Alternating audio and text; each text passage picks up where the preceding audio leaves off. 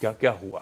Good morning आशीष। नमक हलाल में एक डायलॉग, इतनी मेहनत के बाद भी आपको कुछ नहीं मिला, पिछले जन्म में कुछ पाप किए थे क्या? तो इंटरवेंशन पहले भी ये कहा ही गया था कि इसका कोई इम्पैक्ट होने वाला है नहीं, क्योंकि आपके फंडामेंटल्स ही इतने ख़राब है कि बॉन्ड मार्केट से एक नीजर्क रिएक्शन के बाद उन्होंने फिर से मीन रिवर्जन तो करना ही था, और वो आज नहीं तो कल होना था, तो वो कल की बजाय आज ही हो गया पिछले ही सेशन में, और उस वजह से भी बाजार में एक तरह का नेगेटिव रिएक्शन देखने मिला तो सही।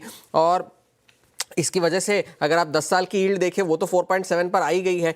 30 साल की यील्ड चली अभी तक, वो 5.33 तक तो भले ना गई हो, लेकिन जो 5.18 5.17 तक गई थी वो भी फिर अब जाकर के 5.23 5.24 पर हुई है। अगर हम अभी ताज़ा रेट भी अगर देखें तो भी 5.25 पर ही बनी हुई है। तो एक लगभग आधा जो लॉस था वो उसने कल के सेशन में ही रिकवर कर लिया। लेकिन कल बाजार गिरने के एक दूसरा कारण और भी था कि वॉलमार्ट के नतीजे कल आने थे, और वॉलमार्ट जो कि दुनिया का सबसे बड़ा रिटेलर है, उसके नतीजे अनुमान से कमजोर थे, और उसकी जो सेम स्टोर सेल्स ग्रोथ थी यूएस की, कंपेरेबल सेल्स जिसे कहते हैं, वो 2.6% की आई, जबकि अनुमान जो थे वो 3.5% के थे। तो उससे बाजार को निराशा हुई। उन्होंने भले ही अपनी गाइडेंस को बढ़ाया हो, जबकि वो इस साल जो है अब फुल ईयर सेल्स आउटलुक जो उनका है वो अब 4 से 5% का है, पहले 3.5 से 4.5% का था। तो मार्जिनल इंक्रीज हुई है गाइडेंस में, तो उस वजह से भी बाजार को निराशा हुई। और साथ ही साथ उन्होंने ये भी कहा कि ये जो उन्हें टैरिफ रिफंड मिलने वाला है लगभग $3 बिलियन का, उस टैरिफ रिफंड को वो इस्तेमाल करेंगे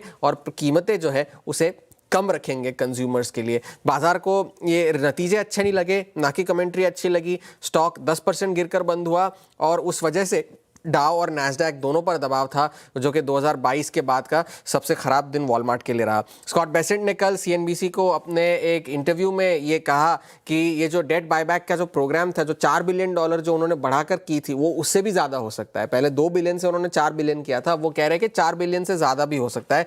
लेकिन फिर उन्होंने वही एक बात कही जो हम कब से कह रहे हैं, we want the market to trade on fundamentals and not on the headline. तो हेडलाइन आप ही जनरेट कर रहे हो, और आप कह रहे हो फंडामेंटल पे ट्रेड करिए। तो फंडामेंटल खराब है तो बॉन्ड मार्केट्स में रिवर्जन आ गई कल। और फिर जाकर के जो बजट डेफिसिट जो डोनाल्ड ट्रंप के कार्यकाल में अब $450 बिलियन के आसपास पहुंच चुकी है, वो अब कह रहे हैं कि उसकी पीक आ चुकी है।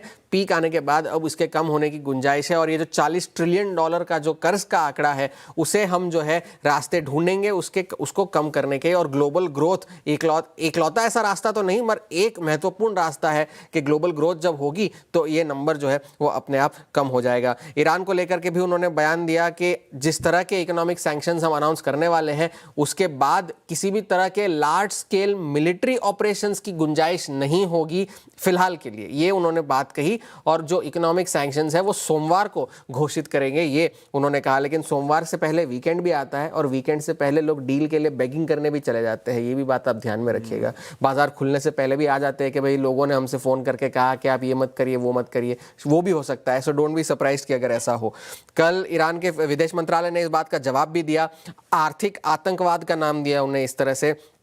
और ये जो आर्थिक सैंक्शंस वो जो लगाने वाले हैं, वो यूएस ने ईरान के खिलाफ जो क्राइम्स किए हैं उसकी लिस्ट में एक और नया एडिशन है। ये ईरान के विदेश मंत्रालय का जवाब था, और उन्होंने कहा कि आप जितनी मर्जी सैंक्शन लगा लीजिए, हम हमारे देश की इंडिपेंडेंस और सॉवरेनिटी की रक्षा करने के लिए पूरी तरह से तत्पर है, और वो हम करते रहेंगे। और यूएस ने और ये जो पॉलिसी डिज़ाइन करने वाले हैं और इसका समर्थन करने वाले जो लोग हैं, इसका जो अंजाम होगा वो उसके जिम्मेदार ये सारे लोग होंगे। ये ईरान के विदेश मंत्रालय का बयान था। अब ये सारा जो बॉन्ड मार्केट में इंटरवेंशन हो रहा है, उसमें एक शख्स जो है वो पूरी तरह से खामोश है, वो है केविन वॉर्श। उनकी कमेंट्री अगले हफ्ते सुनने मिलेगी जैक्सन होल में, जब सिंपोजियम शुरू होगा, उसके बारे में अगले हफ्ते बात करेंगे। लेकिन डॉलर पे इम्पैक्ट ये हो रहा है कि सिटी अब जो है इस पे नेगेटिव हो गया है कि अगर ये बॉन्ड डील्स पे इसी तरह से इंटरवेंशन चलता रहा तो डॉलर को नुकसान पहुंचेगा, और उस वजह से उन्होंने अपना 3 महीने का टारगेट जो है वो 102 से घटाकर 98 कर दिया है। तो डॉलर को नुकसान हो रहा है। ट्रेजरी यील्ड्स पर ही नजर रखिएगा, क्योंकि वही एक सबसे बड़ा ट्रिगर है। ये इसी तरह से बढ़ते रहे, बाजार का मूड बिगड़ता रहेगा।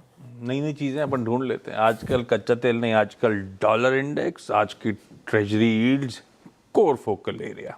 नज़र रखेंगे इस पे।